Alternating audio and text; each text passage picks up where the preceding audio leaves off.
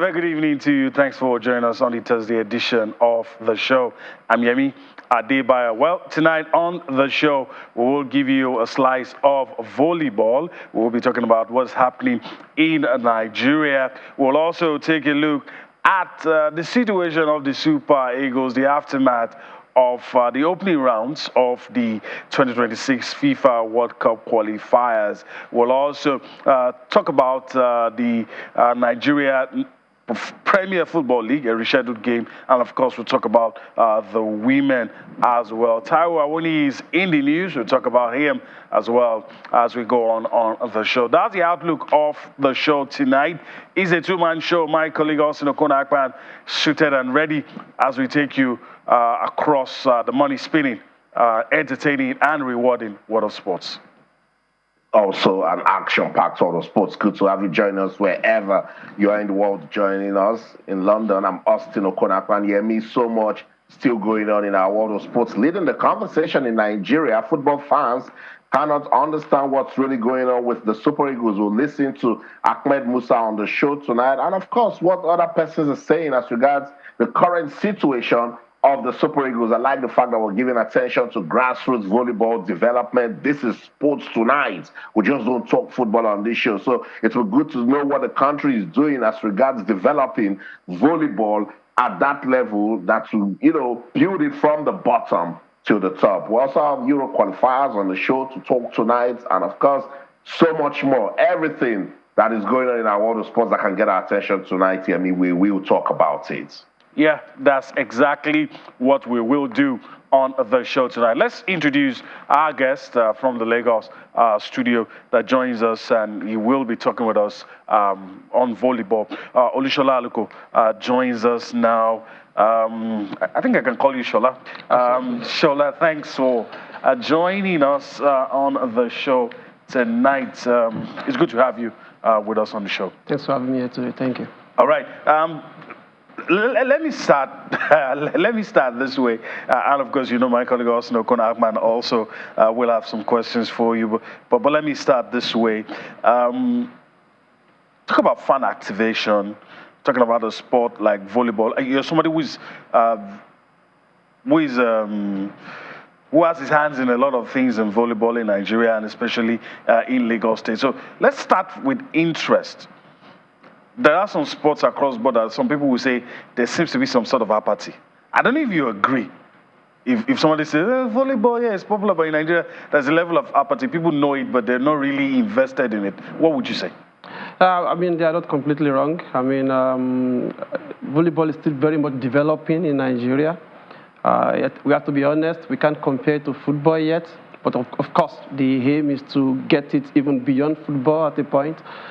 So yes, it's developing, but we are doing a great job to get it to where it's supposed to be. All right, and so from the angle of a journalist now, volleyball, you don't seem to hear much, but I've spoken with you for a few minutes, a lot of activities going on, Absolutely. But you don't seem to hear much. Well, we are trying, we're doing our best. Quite a lot of people, like I said, from across the country, from Abuja to Aba to Rivers State to Lagos State.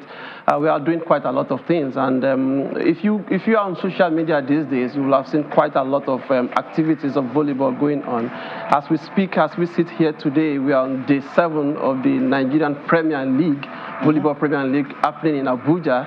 And that will come to an end on Saturday.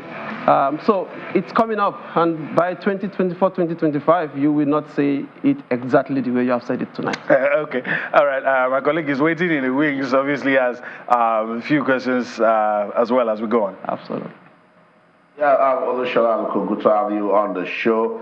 I've been following the development of volleyball in Nigeria under the president, Musa Nimrod, and I must say that they're doing quite well with the league and of course what is happening at the grassroots. And with what you guys seem to be doing, with what you have said is also a promising one. How will these volleyball championships contribute to the development of the sport in Nigeria? Yeah, thank you. Just like you have said, the government arm, which is the Nigerian Sports Commission, through the Nigerian Volleyball Federation, cannot do everything alone. And so individuals and private bodies are also, putting their resources together to further join Nigerian Volleyball Federation in making sure that the sport activity is pronounced and developed properly. And so Lekki Volleyball Club, for example, it's a club of 176 members in Lekki, and we are putting up these Thunder Games at the end of the year. And the aim, just like you have asked, is to ensure that we further join hands with other people that are doing this in making sure that volleyball is not just something you read on the pages of newspaper or in a textbook, that's something that is happening right in our community. Why did you guys choose to call it the Thunder Games? Tell me more. Well, of course, I mean, if you are used to the game of volleyball, you know that there are few skills and few things that happens on the court. You must know how to dig, you must know how to set, but more often than not, the point ends sometimes with a spike. And so when you hit the ball within the 3-meter range or behind the back line, it's usually with a bang. And so we thought about it that it has to strike like a thunder. And when you hear quite a lot of strikes like that on the court, it means the game is quite competitive. Awesome. Before I give it back to you, I mean, we're sitting there with you. I see 10 male teams, 10 female teams. How did you pick teams that are competing at this tournament? I must say that the maiden edition happened last year, and all the teams came from all over the country. So we have 12 male teams last year and 10 female teams. But this year we call it Thunder Games Best of Lagos. And so we are focusing more on the teams in Lagos this year. And it's open. We have a channel through which interested clubs can register. Already, as we speak, we've already closed the registration because we have more than enough already. We have 10 male teams and 10 female teams that we are handling this year. But again, it's open for interested clubs to put in. And the next question, obviously, as a follow-up to what Austin has said, people would like to know venue, date. Now we know the composition of the teams is barely close now because you have the number of teams you want. But venue for people who want to see the games and date. Yeah, on the venue is the Slim Balogun Stadium, Surulere, and it's going to be happening between 5th of December to 9th of December. Best of football, I mean volleyball, Best of volleyball. Anybody who wants just to see volleyball, who's been starved of volleyball action. Absolutely. If you're a volleyball fan and you have not been seeing enough action, Thunder Games is a place to be. If you're also an upcoming volleyball fan and you want to develop your interest and skill in it, we're also looking forward to see you there. But it's going to be well packed with a lot of actions. Okay, from the angle of, I know we're pressed for time, but since this is just Lagos, let me shift a little from the Thunder Games. The question is still related to the Thunder Games. This will come and go. Absolutely. But what's going to keep the average sports fan thinking about volleyball? For us, it's to do it a little bit in a different ways. There have been volleyball activities in Nigeria for many years, but Thunder Games is different. So what we want to do is to make sure that difference is there, and we give that competitive edge to other people also to want to emulate what Thunder Game is doing. By the time we all do that together, we'll continue to then push the game forward. And for us, is to ensure that every year that we host this particular tournament, that it comes out in a very different light. All right. I really wish we could go on and on, but time usually not our friend on the show. Lushola Aluko, I want to thank you for your time. We hope to hear more about the Thunder Games and volleyball in Lagos. So we'll get to do this probably some other time. All right, I want to go on a quick time out. A lot has been said about the opening round of the qualifiers for the FIFA 2026 World Cup, how the Super Eagles have begun their campaign. Let's listen to the captain of the team. Talk about it and give us a take on what has transpired so far. In 2013, nobody believed in us. Our game against Ivory Coast, our ticket to come back to Nigeria have already been booked. Because nobody believed that we can go there because we have 7 home-based players and we have 5 players from the home base starting. Because the chief coach and the bull here believe in all the players because I work under him in the home base when I was playing in Kano Pillars. So we need to go back to that starting point. We have a local league. I start from the local league. If nobody believe in me in local league, I will not be where I am today. So we have to go back to our local league because we have a lot of players. What are they playing for if we don't call them in the Super Eagles? We will not encourage them because everyone wants to go to Europe because they think Nigeria football is no more interested or they don't pay them a lot of money. But for me, you remember I come back to Kano Pillars. Even though it's 500,000, if you are paying them and they're getting it, they would not think of going outside. Because you have everything that you need. You have your family here. Over there, you are just staying alone. Only football, watch Netflix, listen to music. The life is boring with all the money. I know we'll do a lot and we're going to make Nigeria proud in 2024 in January. The media plays. We have a young boys in the team. A lot of them don't take that pressure. Because whenever you are playing, they think, oh, after I play finish, I'll go to my social media, I will see a lot of insult. We have a lot of players that they are not supposed to retire in the team. But because of what the media are saying, we have to force them to go out from the team. As you can see, we still need someone like Mikel Obi in the team. We still need like Victor Moses. It's not all about young players in the team. Because you need someone to take them along. But right now, we don't have that. A lot of people have been saying, oh, Musa is old. No, I started from young. I started in the Super Eagles, I think, 19 years. So I've been there since because whenever I wear that jersey, it's a privilege for me. And it's a proud to me. That is why everybody is thinking, oh, Musa has been staying in Super Eagles for long. No. I started early. Why? Because I love my country. And I know whenever we lose, I have a family back home. I know the pressure that, because when they are working on the pitch, hey, now mother be that, more in Sota. Definitely, so when I go into the pitch, I will put all what I have so that nobody's going to insult my family. All right, Super Eagles captain Ahmed Musa speaking on a whole lot of issues. We've made a switch in the studio. Okwemi Akeode joins us now, and Okwemi, greetings to you. Thank you. And you're looking good, by the way. Thank you. And I don't know, you listen to Ahmed Musa. What do you make of all that? He said a lot of things, but what are the areas that you want to comment on? To start with, I think Ahmed Musa is in the best position to see everything he said. How you understand it, how you accept it, how you interpret it is left for you. He's been in this system for a very long time. I mean, he just talked about the fact that he's been within the Super Eagles since he was 19. Mm-hmm. And he's someone I know very well. On the street of Jos, all of that process. So he's really committed to the Super Eagles. And I'll say this.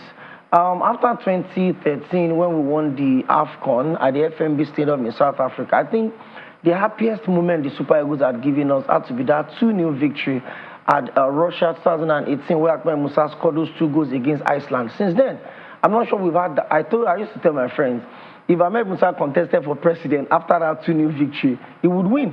I mean, that's how much he's in that position, and that's the fact. Fine, you have to tap into the possibilities of you have a lot of players that have grown through the ranks outside of the country. They have the technical ability. Well, no disrespect to what we have here, but these guys have grown through the ranks, through the system. From age 5, age 8, they've gotten the rudiment of a basic football player. So there's this disconnect, which I think is not taking us anywhere. The last team that gave us victory, 2013, we had the bulk of those players, home-based players. This person that scored the final was Sunday Umba. It was a Sunday. 13 debutants. Exactly. 7 home-based players. I mean, sometimes when you don't understand how deep Nigerians are connected to football until maybe when you go to a viewing center to watch ball or you go to a newspaper stand the morning after we just lost a game. So sometimes you feel like most of these foreign players, it's not like they can't get into it, but they look disconnected from Nigerians. It's like they don't understand what it means when the whole country shut down everything to watch the Super Eagles play, and then you give us a lackadaisical performance. You give us I mean, look at the game against Lesotho, against Zimbabwe. Those are games that you would ordinarily want to win. But now we say there are no minnows in football anymore. It's a different ball game. But France defeated Gibraltar 14-0. I mean, that's a statement for you. So I understand where Ahmed Musa is coming in from, and I totally agree with what he said. All right. Austin, let me come to you, and I mean, maybe you take it from here. I mean, Awoniyi said there's a disconnect, even from the fans. I remember watching football growing up, they're singing the national anthem, you shake, you are not playing. You're just a fan at home. You just, like you're shaking, you're having goosebumps, you're happy. Our teams were so good then that whenever we lost, we'll say it was a referee. That was how good. we always believed that it would take a lot to beat the Super Eagles or the junior national teams. I mean, especially in the late 80s, early 90s, that was how good we are. So if you're saying that there's a disconnect on the part of the players, even the fans too, there's a disconnect. So how do we get ourselves from and plug ourselves back into it, because there's so much disconnect? I think we need to build the passion again amongst the fans. And that's what I was trying to say 2 days ago on the show, that the Nigeria Football Federation must find a way to get into the mental being of football in Nigeria. You know, remember, even back in the day that we trusted the team so well was the mental activity. We just know that when we see God bless his soul, Rashidi Yekini, you see the gentle giants, Uche Okechukwu, you see Dan the Bull, Amokachi, you see Samson Siasia, Austin JJ Okocha, Austin Eguavon, Peter Rufai, Benny Roha. You know, you just know that where is that team from Africa, you know, that's going to shake this team. And each time you watch those guys play, you see their hunger, you see their dedication, their commitment, the zeal, the fight. Because first, there was competition in the team. So when you get an opportunity to play, you have to take it. For instance, the coach will gamble. Oh, what sort of game am I playing today? Thompson Olia is even better to start this game and be more effective than Austin Okocha. It was that competitive. But now some persons just know that whether or not they are playing in Cyprus or Gibraltar, they will be called to the Super Eagles of Nigeria. That first thing first has to stop, you know. We need to believe some more in what we're doing locally. Even that 94 I'm talking about, you could count some of the players that were playing abroad. You know, bring it back to what Ahmed Musa said about the big boss, Stephen Keshi, taking 7 home-based players to the AFCON in 2015 was something that even got the fans talking. So now it was up to the coach and the players to make a difference, and they did. And that was a vote of confidence on league football in Nigeria, on homegrown talents, and they did make a difference. You know, I was trying to talk to someone yesterday about that 2013 team and how we didn't believe in them. Ahmed Musa just re-echoed it again, that the game that they played before Cote d'Ivoire, in fact, in the media, we heard that Coach Stephen Keshi's sack letter was ready. They bought tickets for the players because they knew Cote d'Ivoire was going to beat them. But somehow, they went on to win it. We need to renew the passion. We need to renew the confidence of football in Nigeria. Because you listen to ex-internationals and they are saying the same thing. Oh, they don't have passion. Oh, they don't have commitment. Oh, they don't have dedication. Ahmed Musa is talking to us now and he's saying the media, calm down. But the media will report. If your team is woeful against Lesotho, the media will report it. If you are playing Lesotho that is ranked 153 in the world, the media, the tone, the language, everything, the slant of the story expects you, the Super Eagles ranked 40th in the world, to win such a match. And when you don't win it, what do you want people to say about the team?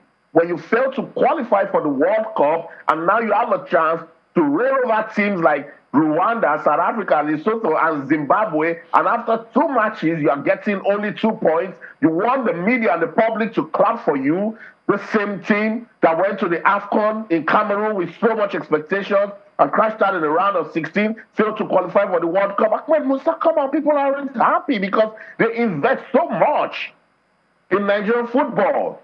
We are saying the same thing. Jose Pizarro suddenly is now clueless. Yes, I will call him out because you have Francis Uzor, who has been slippery. Yes, I may want to impose confidence on your goalkeeper, but that's why you've got options. Put Ojoloruleke in goal. Let somebody know that they don't just have a permanent place in the team. Give us consistency with the defenders. Let us see some synergy, coordination in midfield. We have the best powerhouse in Africa in terms of forward players. We are not scoring goals. Something is wrong. So I don't know what Ahmed Musa was trying to do. Yes, he's leader of the team. He was trying to get, people to come around the team. But hey, Ahmed Musa, see where we are with our football. Is this what it used to be when you were part of the team that won in 2013? Do you see the same level of dedication in this set of Super Eagles players to the team in 2013? It's missing. You don't talk about Mikel Obi not retiring from football. Mikel Obi made his debut for Nigeria in August 2005. He's not even playing club football again. No one chased him. He's tired. He's been there, done that. He's done his part, and he's done. So let's concentrate on what we have now. Yeah. I'm telling you, if we take young players into this team, from Remo Stars, they are going to beat Lesotho. I can feel so I don't know. Let me just leave it because we can go on and on and on and on. Let's go on this quick before we come back. We'll find out what's going on with Taiwo Awoniyi. Don't go anywhere. We'll be right back. All right, welcome back. Austin alluded to it. We could go on and on talking about the Super Eagles, but we have to stop at this point. But let's talk about a player in the Super Eagles squad.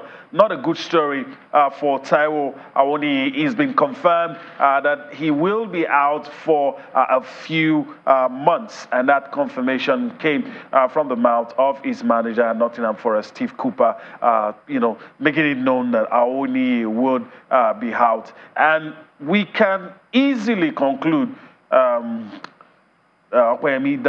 he will miss the Nations Cup. Simple as that. Yeah, I mean, that's the part of the story that affects us, I mean, as a national team.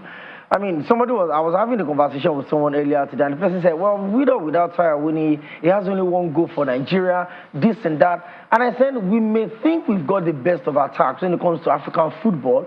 We've got Victor Boniface that is doing so well for Bayer Leverkusen. We've got just returning from injury, talking about Victor Osimhen doing so well for Napoli. We've got a couple of players here and there, but hey, the idea of having a team is that you don't even know what could happen next. And Taiwo Awoniyi, for me, I mean, from where he's ended the league last season, started off with a rich vein of form. He was injured for like 5 matches. He missed Nottingham Forest. He came back with an assist. The following game, he had a goal. He's such a big player for the Super Eagles. I'm not so much about whether he gets the goals. The question is, how many games does he even start for the national team? But, hey, you have a Victor Osimhen somewhere. You have a Victor Boniface somewhere. And out of the game, you can just pop in a Taiwo Awoniyi and it gets the job done. So it's still a big miss. A very big miss. All right. Let's take that confirmation. I'll just go to the screen and read out the statement put out by the club, the manager of the team, like I said. A quote from Steve Cooper, and he says it's bad news on Taiwo. He's had to have surgery and he is going to be out for months. We'll support him and try to get him back as quick as possible and as fit as he can be. But it is really unfortunate situation and a blow for him. That's the comments from Steve Cooper, Taiwo Awoniyi's manager. He says he's become an important player for us with the goals he scored and the goals he will score for us. But he's such a good guy and a good professional who's desperate to do well. So to get an injury like this is harsh on him. Steve Cooper, Nottingham Forest head coach. All right. Austin is where all of these things are happening. And let me ask you a two-layered question. How big of a miss will he be? Will this be for the Super Eagles? And of course, what else are you hearing related to Taiwo Awoniyi? I've been on local media, and some of the Forest fans, they're saying it clearly that they're going to miss the Nigerian striker. He's got 4 goals in 11 appearances this season. This is groin injury. He's done surgery now, and he's going to be sidelined for a long time. They will definitely miss him. There's just something about Taiwo Awoniyi and the spark, the level of positivity he brings when he's on the field. See the way he fends off defender. He's just such a big guy. it takes all of the burden, and someone who is a joker in the Forest team can just easily get the job done. And sometimes when you don't even expect him to make those runs, he's making those runs, he's scoring, his positioning is so good, he's clinical right there in the 16-yard box. They will miss him, and that's what the fans are saying, and that's what Steve Cooper, the head coach of Nottingham Forest, also said, and it is harsh because you'd expect Awoniyi to come back with a bang right after the international break, but that's what we're talking about. This is football where, it can just go wrong when you don't want it to go wrong, and we just hope that every other Super Eagles player will stay fit. Victor Osimhen was doing so well until the AFCON was closed, injury came. Now, Taiwo Awoniyi is out. We just hope that Victor Osimhen will be good. Ademola Lookman will be good. Victor Boniface will be good. And every other player that plays for the Super Eagles, because that's part of, what we deal with. Yes, in some way it will be a miss, though he has not really found his feet with the Super Eagles. I think it all boils down to coaching. They probably don't know how to use the technical side of Taiwo Awoniyi because people would have expected so much from him at the last AFCON and the times that he has gotten an opportunity to play for the senior men's national team. But he's such a quality player and a dedicated guy, focused guy. I wish him all the best. I pray he gets better. Just try to send him a message to say, hang in there, chin up, and get back stronger. So that's it. Taiwo Awoniyi a sideline for some months. I just hope that he comes back to become a better footballer for Nottingham Forest and the Super Eagles of Nigeria. Yes, we're still talking about the Super Eagles of Nigeria. You say I struggled to land before we went on that break. Ahmed Musa has given his own words. Let's listen to former NFF president Amaju Pinnick, who is now running things with FIFA. He has one or two things to say as regards Nigeria's qualifier for the 2026 FIFA World Cup. Important that we qualify because some of our finest moments in football took place in the US, and Super Eagles cannot afford not to be in the US.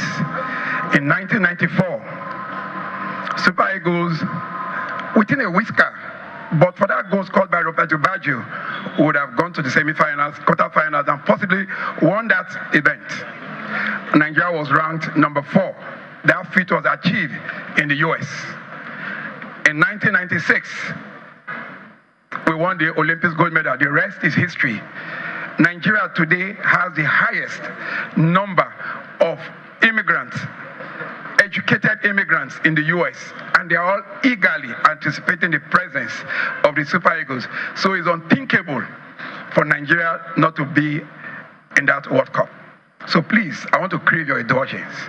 If you are media, please, once you are criticizing, your criticism should not be annihilative or destructive. Your criticism should be advisory. Your criticism should be quite critical in the sense that we must get a result from your criticism. Nigeria is bigger, greater. Nigeria is one of the most priceless. Nigeria is a country that every day you see everywhere. I keep making reference to Andrzej Morgenthau in his book, Politics Among Nations, that says for a country to be a superpower, that country must have one population. In Nigeria, we have quality and quantity of the population. Football torments us. But the beauty of that torment is that we come out resilient, we come out dogged, we come out fighters, and at the end of the day, we always get results. How about you feeling football torments the fans? Yes, but it shouldn't keep tormenting them. We failed to qualify for the World Cup in Qatar. If we fail to qualify for the 2026 FIFA World Cup, then I don't know how to describe that level of torment. These days, everyone just turns to the media and says the media gives destructive criticism. And I've said it, for instance. Super Eagles, look at your group for the 2026 FIFA World Cup. Look at the countries that are there. South Africa has even lost one game. And look at where they are on the table. You have 2 points from 2 matches. The media talks about it. People come and say it's destructive. I don't get it. I don't know. Maybe we should stop talking about it. Maybe we should stop covering the games. Maybe we should stop. It's always very interesting when you are promoting these players, when you are pushing them to the entire world, when you are bringing the attention of the entire world to what they do. The media is not a problem. So when we now get to the point of criticism, you look at the team, look at the group that we are playing with. Lesotho is the 42nd ranked team, the 46th ranked team in Africa. I mean, 40 places behind Nigeria, they still came home to join. You know, wait, to just put this in proper perspective. I'm just I want to looking. understand what is critical. What is criticism? So maybe if I understand what Amaju Pinnick you understand what is saying that we played badly against Lesotho. Did we play well? That's the question. So, I mean, I'm going to say this here. I may not be a huge fan of Amaju. Remember that scenario we're playing the qualifier for the last World Cup, and then they asked him, oh, are we going to qualify? And he was talking about bilateral relationship between Nigeria and Qatar, and we're talking about football-related issues. I think our problem, again, is this. Sometimes when you listen to the administrators, we think we're living on old glory. We're living on the glories of the past. Countries of the world have moved on. Countries that have won the World Cup severally, they've not stayed on the last World Cup they won. Countries that have won the AFCON have not stayed on the last AFCON they won. Countries that have won the Euros, they've not stayed on the last Euros they've won. So we're talking about 2013. That was 10 years ago. We've missed 2 AFCON in between that period. We've missed the Olympics twice. We've missed the World Cup in between that period. Now we have a group that has Lesotho, that has Benin Republic, that has Zimbabwe, that has South Africa, and I'm wondering why we're still struggling with that group. By this time, we should be like 6 points, and it's not like nobody should say it's easier said than done. No, this is qualified. If you look at the pains of not going to the last World Cup in Qatar, which I think is one of the biggest spectacles we've seen in the history of the World Cup, apart from 2010 World Cup in South Africa, then you know how much Nigerians put their energies into the football. I'm trying to. I'm reining myself in so I don't get. Let me put two situations side by side so that you understand where we are as Nigerians. Lionel Scaloni, Argentina coach, addressed a press conference and says, "Look, I'm thinking of leaving my job. Why? I don't think I can be able to maintain the level of success we've achieved." That's his problem. Nobody's threatening to sack him. He won the Copa America, won another title before that, won the World Cup, and he's saying, I'm not sure I have the hunger, I have the desire. Then you have a Nigerian coach. Somebody is saying, don't you think you should be fired for what just happened? And his response is, why? So, when you put those two situations together, you realize, look, it's not about the coach. Sometimes I feel we're even wasting our time when we talk about the coach, because there are things that would normally weed out some scenarios. When he weeds it out, like they say, station time saves 9. When those things, you won't even be talking about some of the things we're talking about. And this attitude of, oh, shit your swords, when you are criticizing, it's a Nigerian project, you are damaging. What are you damaging by saying the truth? That team, look, we as journalists will do our job. In 2013, we all agreed we criticized the Stephen Keshi-led team. When they started, I remember the game against Cote d'Ivoire, not just the administrators. Most of us picked the Ivory Coast, Cote d'Ivoire, as the pre-tournament favorites. Most of us. And I remember what I said then. And we played against them, we won, and the tune changed. So convince us with what you're going to do. That's the only choice you have. And I was saying this because Ahmed Musa mentioned the media. Amaju Pinnick has mentioned the media. Let's not even go to 2013. Let's go to the last AFCON in Cameroon.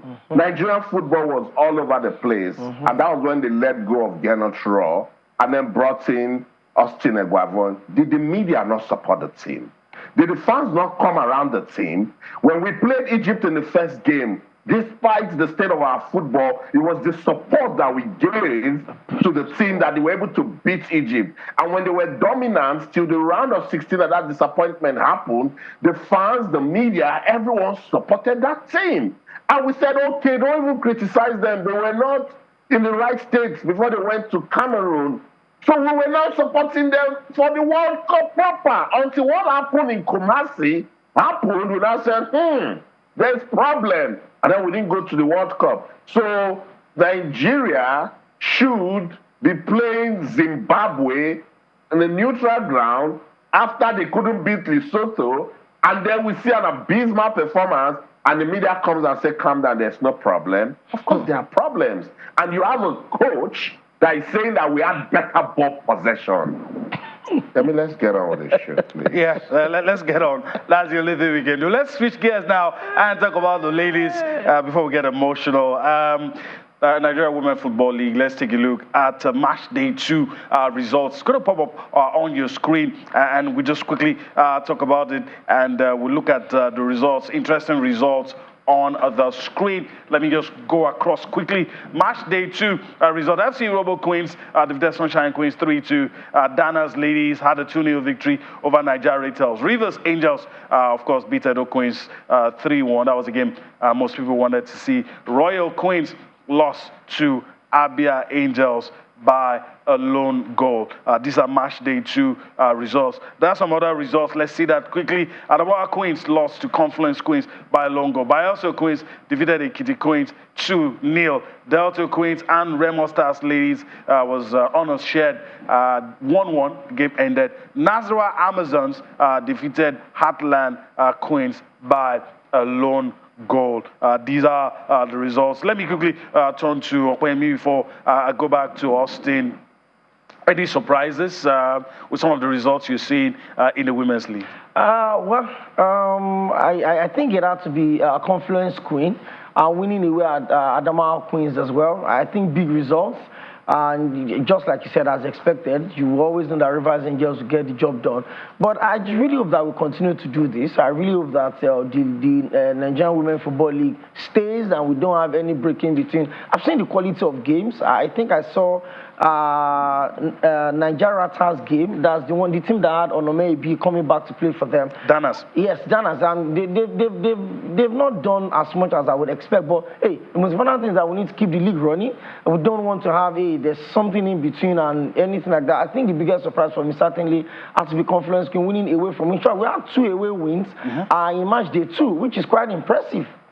All right, quite impressive. Austin, for you, any surprises? I think the game between FC Robo Queens and Sunshine Queens was a good one for women's league football development in Nigeria. No much surprises. Remember, I mentioned Confluence Queens. They are one team that they just step up and give you the result when you least expect. So getting a win against Adamawa Queens doesn't come as a surprise for me, but it's just a good one to promote the league. I think Remo Stars Ladies, they did just enough to get 1 point off Delta Queens. Now, Rivers Angels couldn't beat them, and now Delta Queens, defending champions, couldn't beat Remo Stars Ladies. So there must be something about that team that we must observe closely. So, but if you check it, shout out to Nazareth Amazons. They needed to get the job done against the difficult Heartland Queens, and that one ended 1-0. That has given them prominence on the Group A table. Now they top it with 6 points. Rivers Angels now top Group B table with 4 points. Bayelsa Queens follows closely with 4 points. So as you can see, it's already showing that Group B will be very, very competitive, because right there on 3rd position is Edo Queens with 3 points. But Nazareth Amazons, they are already showing that, look, we're going to boss what's going on right there on the Group A table. And don't forget, Group B has also got Delta Queens. So that's really going to be competitive this season in the Nigerian Women's Football League, Yemi. All right. Also talked about the table. So let's just quickly glance through Group A.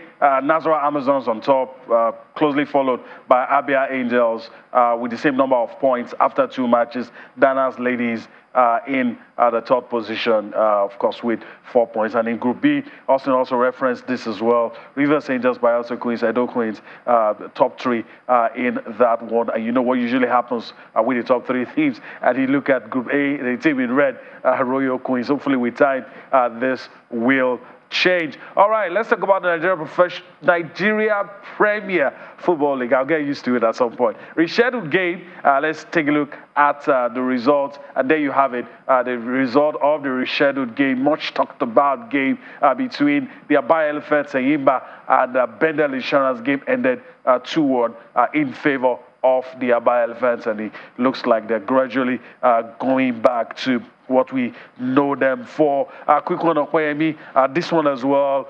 It's always very difficult to go to a place like, to go to Imba, wherever they're playing, and get a result against them. So I was thinking probably the best Bendel Insurance could get was a draw. It didn't happen, and I don't know if it surprised you. Yeah, no, it didn't surprise me as such. I knew Imba were going to pick up At some point, they were, 18th on the table when they had about 3 outstanding games. They played 2 of them. I think they're like 8th position on the table now, and they've still got a game in hand. So they've had a disappointing performance at the continent, especially again at the African Football League, where you expected them to get the job done. But they're back to the league, and like somebody tweeted this afternoon that you won't be surprised if by match day, maybe 15 or thereabout, Enyimba already topping the table. They seem to find a way, around the league, always get the points away from home, get wins, get home, and so. But for me, I think it's a routine win for Enyimba. No disrespect to Better Insurance, but hey, it looks like they've been finally unlocked. They are going the entire last season without losing a single game, but this season they've been collecting. And Enyimba just got the 3 point out of them, and it's game over. Okay, all right. Let's move on now and talk about something very short. Austin would love to talk about the qualifiers for the European Championships. And of course, 20 teams have already booked their spot, but 3 spots still available. Germany to host that tournament. And of course, solidarity with Ukraine. A lot of people want to see Ukraine in that competition.